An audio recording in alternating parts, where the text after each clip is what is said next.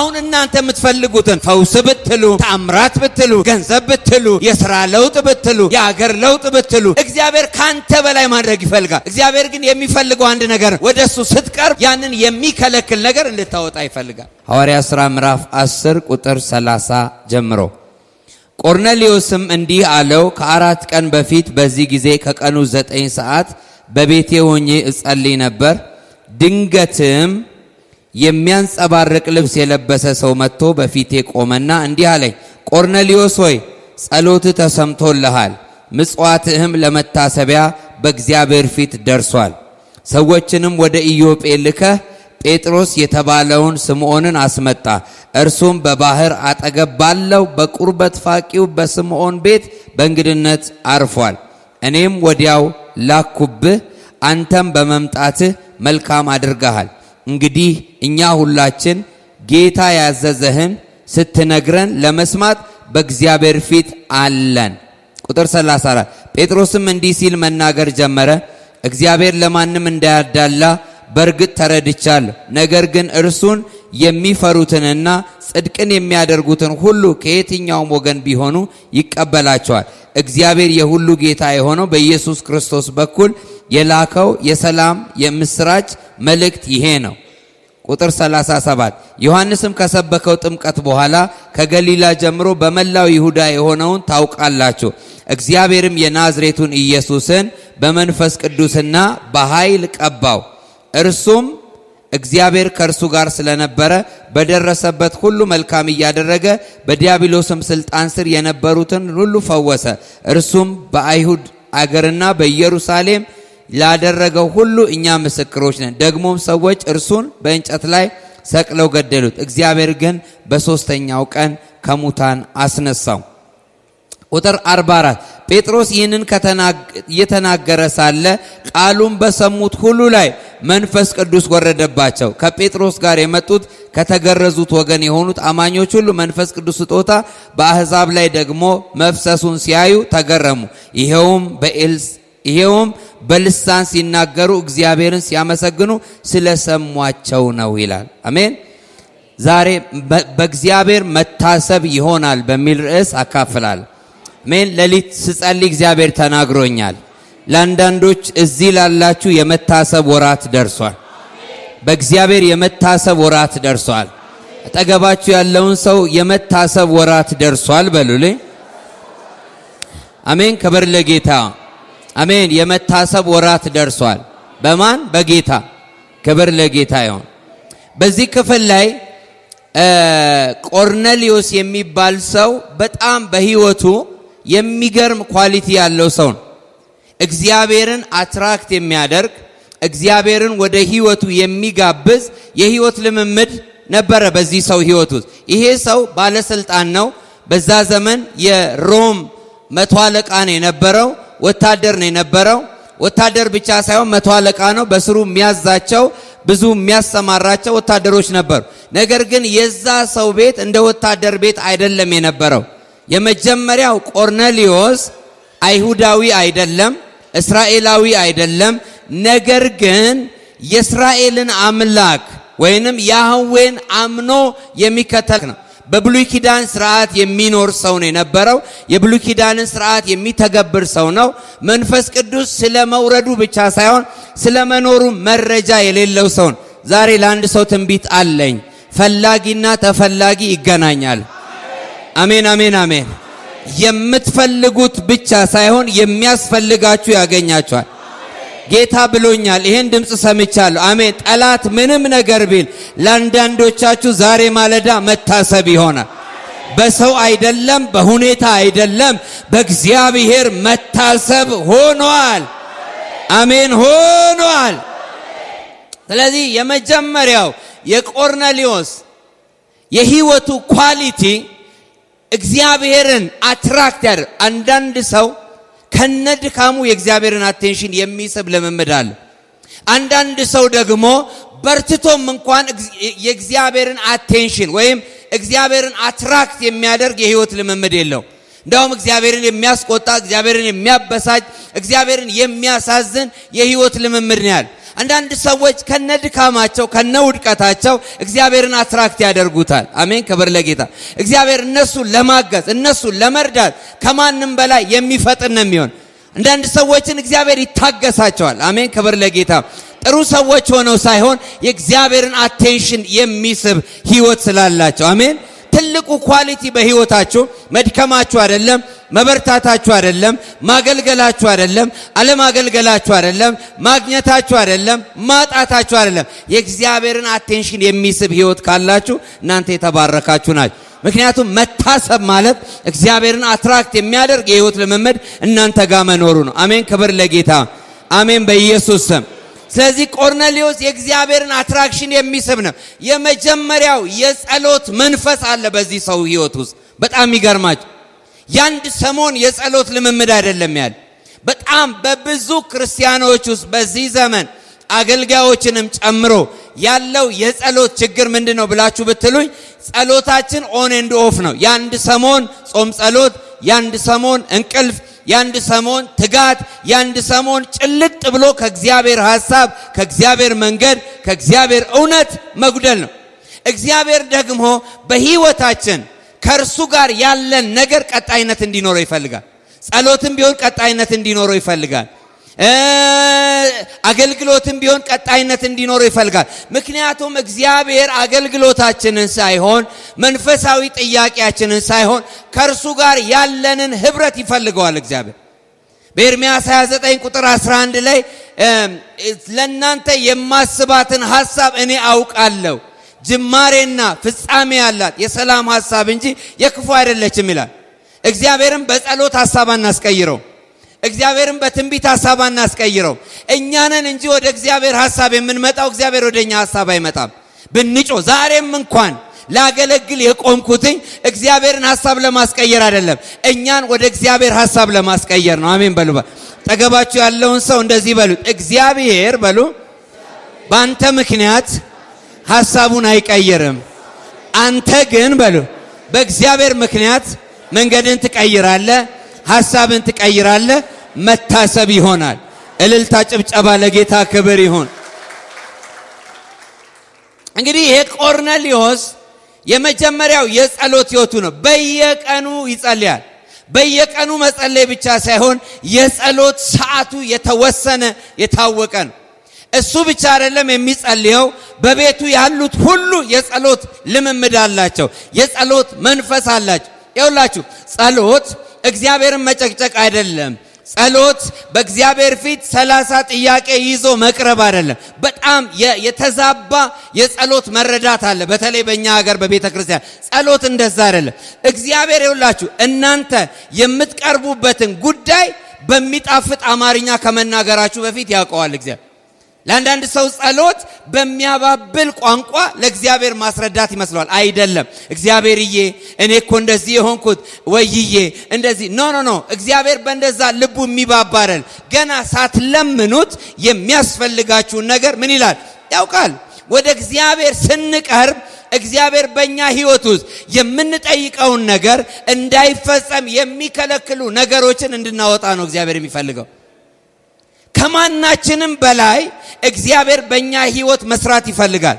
እኛ ከምንፈልገው በላይ፣ እኛ ከምንናፍቀው በላይ፣ እኛ ከምንጓጓው በላይ እግዚአብሔር ጉጉቱ ነው። አሁን እናንተ የምትፈልጉትን ፈውስ ብትሉ፣ ተአምራት ብትሉ፣ ገንዘብ ብትሉ፣ የሥራ ለውጥ ብትሉ፣ የአገር ለውጥ ብትሉ እግዚአብሔር ካንተ በላይ ማድረግ ይፈልጋል። እግዚአብሔር ግን የሚፈልገው አንድ ነገር፣ ወደሱ ስትቀርብ ያንን የሚከለክል ነገር እንድታወጣ ይፈልጋል።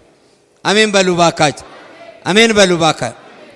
ስለዚህ በአብዛኛው ጸሎቶቻችን የማይመለሱት ጸሎት ለኛ እግዚአብሔርን ማስገደጃ ቦታ አድርገን የምናስበው። አንዳንዱ ሰው ጾም ጸሎት የሚገባው እግዚአብሔርን እጅ ለመጠምዘዝ ነው። በቃ እግዚአብሔር ሆይ በዚህ 7 ቀን ይሄንን ካላደረክ ቸርች አልሄድም፣ ይሄንን ካላደረክ ሁለተኛ አልጸልይም፣ ይሄንን ካላደረክ ሁለተኛ እንዲያል። እግዚአብሔር ማንንም ፈርቶ የጸሎት መልስ መልሶ አያውቅም። ሞኞች አትሁኑ። እግዚአብሔር እጅ ተጠምዝዞ አይደለም፣ እግዚአብሔር አባት ስለሆነ አሜን በሉ ባክ። ገና ሳትለምኙ ሃሌሉያ አላውቅም። ለአንድ ሰው ግን የጸሎት መልሱ ዛሬ ይሆናል፣ በኢየሱስ ስም ይሆናል። አሜን የሚል አሜን ይበል። ይሆናል፣ መታሰብ ይሆናል። እኔ ይሄ መረዳት ሲገባኝ ብዙ እግዚአብሔርን ጨቅጭቄ ያልሆኑ ነገሮች በራሳቸው ሲሆኑ አይቻል። መጠየቅ መጥፎ ነው ማለት ያረል፣ መለመን መጥፎ ነው ማለት ያረል፣ እግዚአብሔር እንዲያደርግ እግዚአብሔርን መጋበዝ መጥፎ ነው ማለት ያረል። ከዛ በፊት የሚቀድም ነገር አለ። እግዚአብሔር የልብ አምላክ ነው። አሜን በሉ ባከ። እግዚአብሔር ከጸሎት መልሱ ጋር ሳይሆን እግዚአብሔር ጉዳይ ያለው ካንተ ልብ ጋር። እግዚአብሔር መልሱን ሳይሆን አንተን ነው የሚፈልገው፣ እኔን ነው የሚፈልገው። እኔ ከተገኘው፣ እኔ መልካም ከሆኑ፣ ከእግዚአብሔር ጋር ያለኝ ህብረት መልካም ከሆነ ፈውስ ቀላል ነው፣ ተአምራት ቀላል ነው፣ ትንቢት ቀላል። አንድ ሰው እጁን ያንሳ። የትኛውም የጨለማ ስራ የፈረሰ ይሁን በኢየሱስም የፈረሰ ይሁን። ዛሬ የመጣችሁ እግዚአብሔር ተናግሮኛል፣ ቀልድ አይደለም። የመታሰብ ወራት መጥቷል። የቀድሞውን ዘመን እግዚአብሔር ያስባል። የትላንቱን ነገር እግዚአብሔር ያስባል። የተናገረህን ነገር እግዚአብሔር ያስባል። አዎ የመታሰብ ወራት አለ። የመጠበቅ ወራት አለ። የመጸለይ ወራት አለ። የመትጋት ወራት አለ። የመጎብኘት ወራት አለ። ነገር የሚከብድበት ወራት አለ። ነገር የሚጨላልምበት ወራት አለ። ነገር ቀላል የሚሆንበት ወራት አለ። እንኳን ደስ ያለሽ። ነገር ቀላል የሚሆንበት የመታሰብ ወራት መጥቷል። ዛሬ ከባድ ፈውስ የሚሆንላችሁ ሰዎች አለ። ለማመን የሚከብድ አሜን። ሌሊት ተናግሮኛል፣ በፈውስ እዳስሳለሁ ብሎኛል። አንዳንዱ በሽታ ከደማችሁ ውስጥ ይወጣል። አንዳንዱ በሽታ ከአጥንታችሁ ውስጥ ይወጣል። ስለዚህ ቆርኔሌዎስ የመታሰቡ ምክንያት አንደኛ የጸሎት መንፈስ በቤቱ አለ። ይኸውላችሁ ጸሎት እናንተ በትግል የምትጸልዩ አይደለም። እግዚአብሔር የሚሰጣችሁ የጸሎት መንፈስ አለ። መንፈስ አለው ጸሎት፣ ስፒሪት ሪልም አለው የጸሎት መንፈስ። ለዚህ ነው በኢየሩሳሌም በሚኖሩና በይሁዳ ቤት ላይ የልመናንና የሞገስን መንፈስ አፈሳለሁ ይላል። ጸሎት እግዚአብሔር የሚሰጣችሁ ነገር ነው። ልክ ያ የጸሎት ሪልም ሲመጣ አንደኛ ጸልያችሁ መጥገብ አትችሉም። አሁን ወንድሜ ሲመሰክር ነበር። እዚህ ጋር ጸለይኩላቸው። ያ የጸሎት መንፈስ ነው ይዘው ሄዱት። 4 ሰዓት የሚቀሰቀስ ሌሊት 6 ሰዓት የሚቀሰቀስ 9 ሰዓት የሚቀሰቀስ አለ ማለት ነው የጸሎት መንፈስ። ለአንድ ሰው ዛሬ ልጸልይ፣ የጸሎት መንፈስ ይዛችሁ ትወጣላችሁ። በኢየሱስ ስም ይዛችሁ ትወጣላችሁ። የጸሎት መንፈስ አሜን። የጸሎት መንፈስ ባለበት ቤት ደግሞ ሞገስ አለ። የጸሎት መንፈስ ሲመጣ የሚጸልይ ሰው ያስታውቃል፣ ፊቱ ያበራል፣ የለበሰው ልብስ ያምርበታል፣ ንግግሩ ሞገስ አለ። አንድ ሰው አሜን ይበለኝ። ሞገስ ሞገስ ሞገስ ይሆናል። ሃሌሉያ ረባሳ ካላባዲያ የሚጸልይ ሰው ቀላል አይደለም። ቀትረ ቀላል አይደለም። ሞገስ አልባ አይደለም። ታቀበታለ የሚጸልይ ሰው የሚጠጣው መንፈስ ኃይል ስላለበት ኮንሲስተንት ያለው ቀጣይነት ያለው የጸሎት መንፈስ ያላቸው ሰዎች የታደሉ ሰዎች ናቸው። ቢደክሙም ይጸልያሉ፣ ቢበረቱም ይጸልያሉ፣ ቢያቅታቸውም ይጸልያሉ። ምክንያቱም እግዚአብሔር ለነሱ ሰዎች የጸሎት መንፈስ እንደሌላችሁ የምታውቁት መጸለይ ያቅታችኋል። 2 ደቂቃ መንበርከካት ሲሉ 10 ደቂቃ መጸለያት ሲሉ በቃ የሆነ ሐሳብ መጥቶ እንትን ይልባችኋል። የጸሎት መንፈስ የተሰጣችሁ ያቅበጠብጣችኋል። ከቢሮ መቼ ገብቼ ነው ቤት የምጸልየው ትላል። ሌሊት እንቅልፋችሁ አይደለም የሚያምራችሁ። የሆነ ካፌ ሄዶ አይደለም መዝናናት የሚያምራችሁ። የጾም ጸሎት እንትን ነው የሚያምራችሁ። በቃ የሆነ ቦታ የሚጸልይ ሰው የሚጸለይበት ቤት የሚጸለይበት ቦታ ነው የምትፈልጉት። ለምን? የጸሎት መንፈስ ስለተሰጣችሁ። አሜን በሉባ። የጸሎት መንፈስ ያለው ቸርች ያስታውቃል። የጸሎት መንፈስ ያለው አገልጋይ ያስታውቃል። እጅ ሲጭንባችሁ ያጋባባችኋል። አሜን አሜን። አንድ ሰው እጁን ያንሳ። ዛሬ በኢየሱስም በቤታችሁ የጸሎት መንፈስ ይሆናል። በጓዳችሁ የጸሎት መንፈስ ይሆናል። የልመና መንፈስ ይሆናል። ጠላት የሚመታበት፣ ሟርተኛ የሚመታበት፣ ጨለማ የሚገለበጥበት የጸሎት መንፈስ ይሆናል። አንዳንድ ሰዎች የእግዚአብሔር ፕሮግራም በእናንተ ህይወት ካለ እግዚአብሔር አጫጭር መልስ የለውም። እግዚአብሔር አጫጭር መልስ የለውም። የሆነች ነገር ስትጠይቁ የሆነ ነገር ላያደርግ ይችላል። እግዚአብሔር ዝም አለ ማለት እግዚአብሔር ኢግኖር አድርጓችኋል ማለት አይደለም። የእግዚአብሔር ወራት የእግዚአብሔር ሰዓት አልደረሰም ማለት ነው። የእግዚአብሔር ጊዜ ያ መልካም ጊዜ ያ ሻይን የምታደርጉበት ያ ሰብራችሁ ያ ሰዓት እስከሚደርስ ድረስ እግዚአብሔር አጫጭር መልስ ይነፍጋችኋል። ለአመታት፣ ለ5 ዓመት፣ ለ3 ዓመት፣ ለ4 ዓመት ዝም ይላችኋል እግዚአብሔር። እናንተ ግን ጥበበኛ ከሆናችሁ ጸሎታችሁን ትቀጥሉታላችሁ። አሜን አሜን አሜን። ቆርኔሌዎስ ለአመታት ነው የጸለየው። በቤቱ ያለው የጸሎት ደመና ላይ ደርሶ እስከሚሞላ ድረስ። ሁለተኛው በጸሎትና ጊቪንግ አብሮ ነው የሚሄደው። በጣም የምትጸልዩ ከሆነ መስጠትን ኤክስፒሪየንስ አድርጉ። ጾም ጸሎት በተለይ የምትጸልዩ ከሆነ በጣም መስጠትን ኤክስፒሪየንስ አድርጉ። ደሃን እርዱ፣ ለቸርች ስጡ። በተለይ 40 ቀን 10 ቀን ጸሎት ስትጸልዩ የመጀመሪያ ጸሎታችሁን ከመጀመራችሁ በፊት ለቤተ ክርስቲያናችሁ ወይም ደግሞ ለምትወዱት ቸርች ስጦታ ይዛችሁ ሂዱ፣ ዘር ይዛችሁ ሂዱ። በስጦታ ጀምሩ። ምክንያቱም ጾም ጸሎት በአብዛኛው የሚታወቀው የጥያቄ ቦታ ነው። አምጣ፣ ንቀል፣ ገልብጥ፣ ይሄን አምጣ፣ ያንን አምጣ። ስለዚህ በየቀኑ ምን ያደርግ ነበር? ቆርኔሌዎስ ይሰጥ ነበር። እሱ የጸለየው እኮ ቤቱ ሙሉ እኮ ነው። ቆርኔሌዎስ የሚጸልየው የሆነ ነገር እንዲደረግለት አይደለም። አይታችሁ ከሆነ ባለስልጣን ነው። ቤቱ በረከት አለ፣ ገንዘብ አለ፣ የሚፈልገውን ነገር አለ፣ ምናምን አለ። ቆርኔሌዎስ የሚጸልየው እግዚአብሔርን ስለመውደዱን እግዚአብሔርን ስለሚወድ ነው የሚጸልየው። እግዚአብሔርን ስለሚፈልግ ነው የሚጸልየው። በብሉይ ኪዳን ስርዓት ውስጥ ነበር የሚጸልየው። የሚሰጠውም ሰው እንዲያጨበጭብለት አይደለም። የሚሰጠውም ሰው የሆነ ነገር እንዲያደርግለት አይደል። ለካ ላይ እየተጠናቀመ ነው። ለዚህ ነው ማቴዎስ 6 ላይ መዝገብ ባለበት በዚያ ልብህ አለ ይላል። በሰማይ የሚከማች ነገር አለ። ስትሰጡ ላይ ሪከርድ ይደረጋል። ስትጸልዩ ላይ ሪከርድ ይደረጋል። አንድ ቀን ተጠራቅሞ የዘነበ ቀን ማቆሚያ የለው። ለዚህ ነው ትንቢት የነገርኳችሁ። እመኑኝ፣ እግዚአብሔር ምስክሬ ነው። ዛሬ ይሄን ድምጽ የምትሰሙ ሰዎች ይሄ ዓመት ሳያልቅ በኢየሱስ መታሰብ ሆኖላችኋል። መታሰባችሁ ደግሞ ጉብኝት ይዞ ይመጣል። መታሰባችሁ በረከት ይዞ ይመጣል። መታሰባችሁ ከፍታ ይዞ ይመጣል። መታሰባችሁ ቅባት ይዞ ይመጣል። መታሰባችሁ ወደ ቤታችሁ ሞገስ ይዞ ይመጣል። መታሰባችሁ ወደ ቤታችሁ ኃይል ይዞ ይመጣል። እስቲ አንድ ሰው ዘሎ አሜን ይበል። ይሁን በኢየሱስ ስም። የመታሰብ ወራት መጥቷል። ለዚህ ቆርኔሌዎስ በእነዚህ ሁለት ነገር ይጸልያል፣ ይሰጣል፣ ይበረከካል፣ ደሃን ይረዳል። ይጸልያል፣ ምኩራብን ያሰራል። ቃል ብቻ ተናገር ያለውን ምን እንዳሉ ታውቃላችሁ? ወደ ቤቱ ገብተ ልጸልይለት ይገባል። ለምን ሲሉት ምኩራብ ያሰራል፣ ህዝባችንን ይወዳላል። ከዛ ሰውየውስ አይ ወደ ቤቴ ልትገባ አይገባኝማል። አያችሁ፣ ሰውየው ገንዘቡን ይሰጥ ነበር። አይውላችሁ፣ እጃችሁ ላይ ባለ ነገር ታማኝ ስትሆኑ ገንዘብ የማያመጣውን ነገር እግዚአብሔር ይመጣበታል። አሜን። የሆነ ገንዘብ የማያስመልጣችሁ ጊዜ አለ። ገንዘብ እናንተን የማያሻግርበት ጊዜ አለ። ገንዘብ እናንተን የማያስመልጥበት ጊዜ አለ።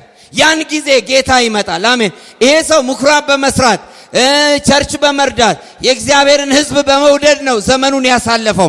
ይሄ ገንዘቡ ግን የማይሰራበት ጊዜ መጣ። ያኔ ኢየሱስ መጣለት። አሜን አሜን አሜን።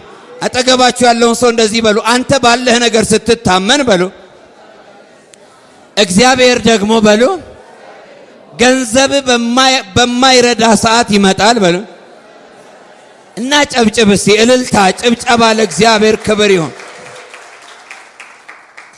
ስለዚህ ቆርኔሌዎስ እግዚአብሔርን አትራክት የሚያደርግ ህይወት ነው የነበረው።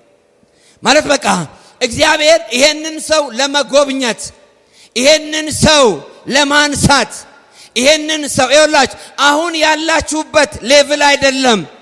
አሁን ያላችሁበት ከፍታም ዝቅታም አይደለም። ማግኘት ማጣታችሁ አይደለም። ነጋችሁን የምትሰሩበት ቀብድ አሁን እጃችሁ ላይ ምን አለ? ነጋችሁ የክብር እንደሚሆን፣ ነጋችሁ የበረከት እንደሚሆን፣ ነጋችሁ የስኬት እንደሚሆን እቴ ስትመሰክር ሰምታችኋል። እኛ በዛን ሰዓት አጋንንት ሲወድቅ እናነሳ ነበር በቅንነት። ክብር ለጌታ። ቅልጥፍናችን አይደል፣ አክቲቪቲያችን እንይዛለን። ነገር ግን የቀረ ነገር ስላለ እግዚአብሔር በእኔ በኩል አልፎ ነፃ ወጣት የዛሬን ቀን ስላየ። አሜን አሜን። እጃችሁ ላይ ምን እያደረጋችሁ ነው? እግዚአብሔርን በምን እየጠበቃችሁ ነው? በስጦታችሁ ጠብቁት፣ በጸሎታችሁ ጠብቁት፣ በአገልግሎታችሁ ጠብቁት። እግዚአብሔር ትንንሽ መልስ ያልሰጣችሁ ሰዎች ዛሬ እርግጠኛ ነኝ የጉብኝት ዘመን ይሆናል። በኢየሱስ ስም ይሆናል። ሃሌሉያ አሜን አሜን አሜን አሜን። እግራችሁን ተከትሎ ለብዙ ሰዎች እግዚአብሔር ለውጥ ያደርጋል። ተመልከቱ እግራችሁን። ከዚህ በኋላ እነዚህ እግሮች የችግር ምክንያት አይሆኑ፣ የእርግማን ምክንያት አይሆን፣ የኪሳራ ምክንያት አይሆን፣ የተስፋ መቁረጥ ምክንያት አይሆን። እነዚህ እግሮች የበረከት ምክንያት ይሆናል። ልመርቅሽ፣ በገባሽበት ለውጥ ይሆናል። ኢቭን ቃላችሁን በሚሰማ ሁሉ ላይ መንፈስ ይመጣል። የመጎብኘት ምልክት ትሆናላችሁ። የመዳሰስ የመታሰብ ምልክት ትሆናላችሁ። እግዚአብሔር አስቧችኋል። አሰበ ይላል። ራሔልን አሰበ ይላል። ሳራን አሰበ ይላል። ኖህንና ቤተሰቡን አሰበ ይላል። አንቺና ቤተሰብሽ መታሰብ ይሆናል። በፈውስ መታሰብ ይሆናል። በቅባት መታሰብ ይሆናል። በመጎብኘት መታሰብ ይሆናል። እልልታ ጭብጨባ ለእግዚአብሔር ክብር ይሁን።